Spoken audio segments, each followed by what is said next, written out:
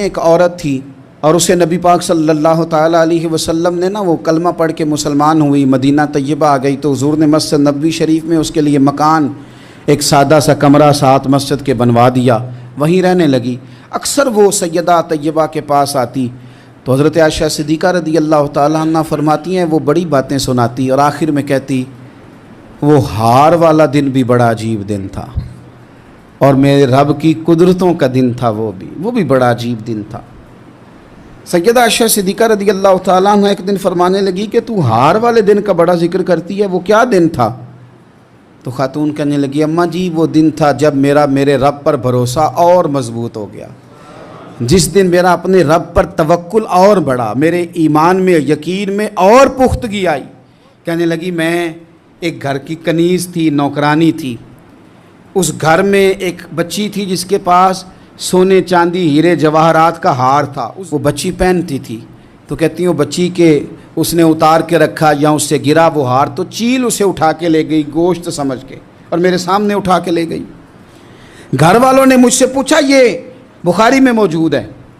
گھر والوں نے پوچھا مجھ سے کہ وہ ہار کہاں ہے تو میں نے کہا چیل اٹھا کے لے گئی۔ گھر میں کچھ چوری ہو جائے تو سب سے پہلا الزام کس پہ لگتا ہے؟ ملازمین پہ۔ کہتے انہوں نے مجھے بڑا مارا، بڑی تکلیف تھی، حتیٰ کہ میری شرمگاہ تک کی تلاشی، میری عزت اتنی خراب کی میں بتا نہیں سکتی۔ وہ خاتون عرض کرتی ہے سیدہ عائشہ کی خدمت میں کہ مجھے بڑا مارا، مجھے تکلیف دی، میں کہہ رہی تھی کہ میرے سامنے چیل لے گئی ہے پر وہ نہیں مان رہے تھے، اماں جی انہوں نے مجھے بڑا مارا۔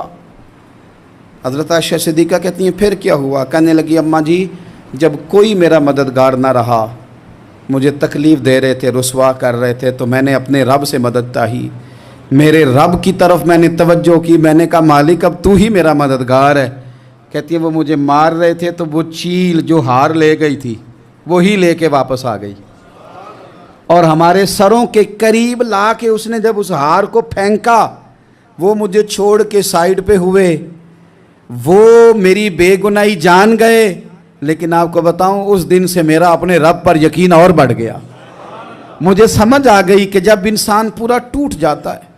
اور جب کوئی چاروں جانب اس کا مددگار نہیں ہوتا تو رب تو ہوتا ہے نا، اللہ تو اس کا مددگار ہوتا ہے نا، وہ تو پھر اپنے اس بندے کی مدد کرتا ہے نا، پھر وہ تو توانائی دیتا ہے نا، وہ تنہا نہیں چھوڑتا، وہ تو آنسوؤں والوں کے آنسوؤں پہ بڑا کرم فرماتا ہے، وہ تو قسم پرسی میں آ جاتا ہے۔ اس